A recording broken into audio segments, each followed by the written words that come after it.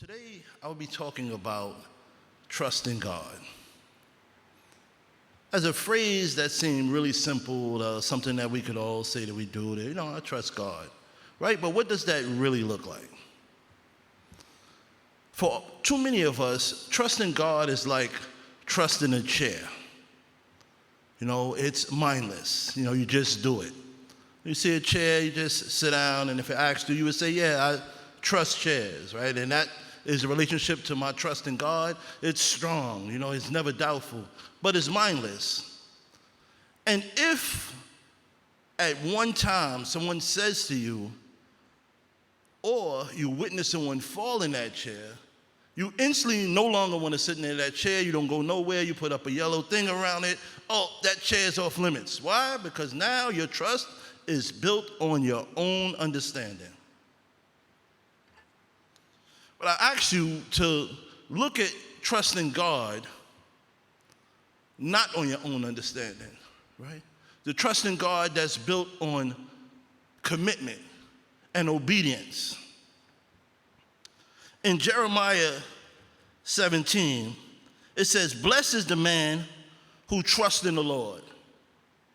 In the Bible, there's several examples of men who trusted in the Lord beyond their own understanding.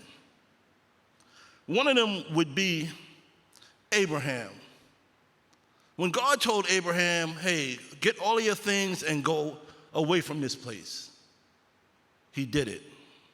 He trusted God. I know me as a human being, I know me as a man, I would have said something like, hey, God, can I go over there and check it out and then come back and let you know? How safe is it? I would have had questions, but he didn't question it or anything. He got his belongings and he trusted God. Then you get to Daniel, who was thrown in the lion's den, and he trusted God, right? It didn't say he got a little bit mauled and he didn't die, and he trusted God with his life. It said he was unscathed, right? Because he trusted God wholeheartedly. I don't know if I would have had that kind of trust. Then you have one of my favorite biblical personalities is Joseph. Joseph trusted God. It took 13 years for Joseph trusting God to be rewarded.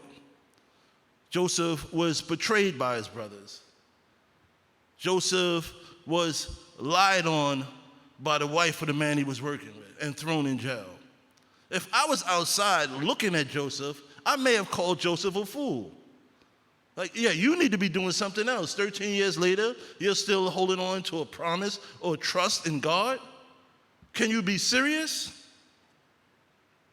But trust produces stability during seasons of difficulty.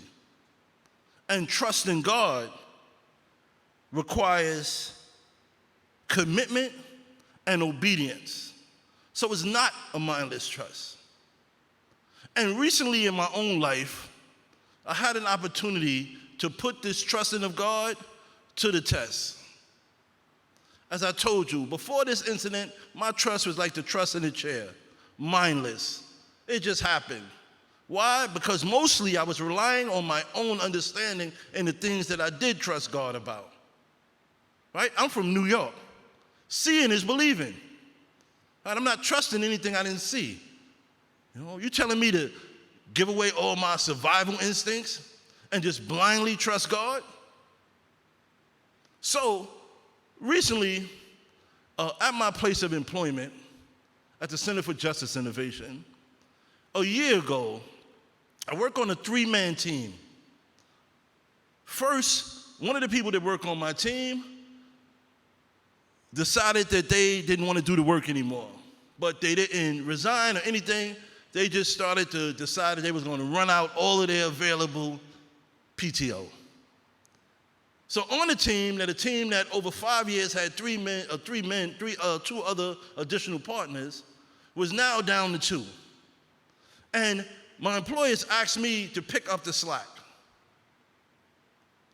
At the time, I felt like it was a little unfair.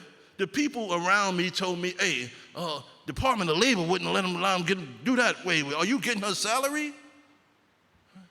But I know God had brought me this far, so I trusted God. And I was obedient, and I stayed committed to my job. I stayed committed to helping the individuals or being of service to the individuals who I was charged with. After about 6 months, the second person that was on my team decided that the work was too much for him, and she decided that she no longer wanted to work. And she left. And then the whole responsibility of the program fell squarely on my shoulders. So now I had to learn things that I hadn't had to learn in 5 years.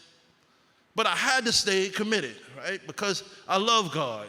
And I said, if nothing else is coming out of this, I'm helping people. I'm being a good tasting fruit to the world. People need to see an example of God's glory.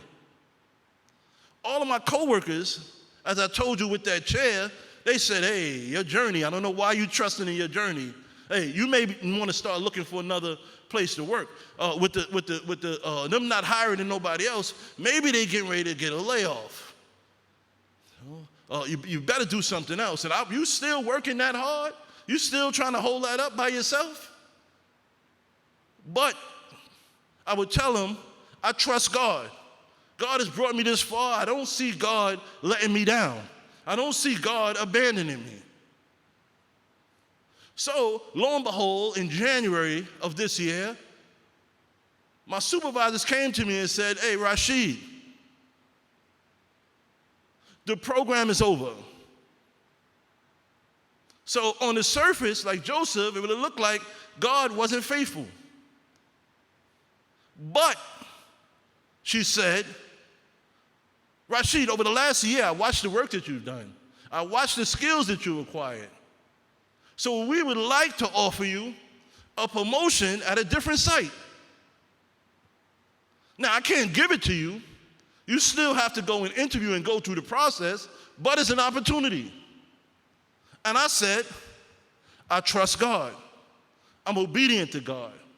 So when I went on the interview for the promotion, they started to ask me questions. Can you do CSS snipings? Can you track data? Can you do outreach? And lo and behold, like Joseph, I said, wow, over the year, the things that God had left to fall squarely on my shoulders and I had to swiftly adapt to learn, I was now in a perfect position to say yes, and I do it very well. Not something I think I can do. You can ask my old supervisor, I've done it, and I've done it at a high level. So, needless to say, I was then given the promotion in March. And when I got to the new place, it was beautiful. It was everything I had hoped for in my employment. But if I had not trusted God, if I had treated God like that chair, and they said, hey, don't sit over there. Hey, it's that chair, people are falling. Where would I have found myself if I had not been obedient? If I had not stayed committed? So now I have a motto that says, and everybody at my job, everybody in my life, and they say, and I go, trust God. They look at me and they go, but they don't understand the commitment that I have to God. They don't understand the obedience that I have to God. So today I want to ask you, what kind of trust do you have in God? Is it that trust from a chair? Is it that trust that once somebody says something and it doesn't align with your understanding, that you abandon that trust? Are you a person that stays committed? Are you a person who is obedient to God? If you are, then you too shall be blessed. And today, I would like to honor God, and I have a duty to glorify God when He glorifies and lifts me up, to tell of His good fortune, to tell of what He has done. So today on this 4th of July, in this great America, and then during this beautiful heat wave, I want to implore you guys to examine your trust in God and ask, are you being obedient? Are you being committed? Or are you being a New Yorker and relying on your own understanding?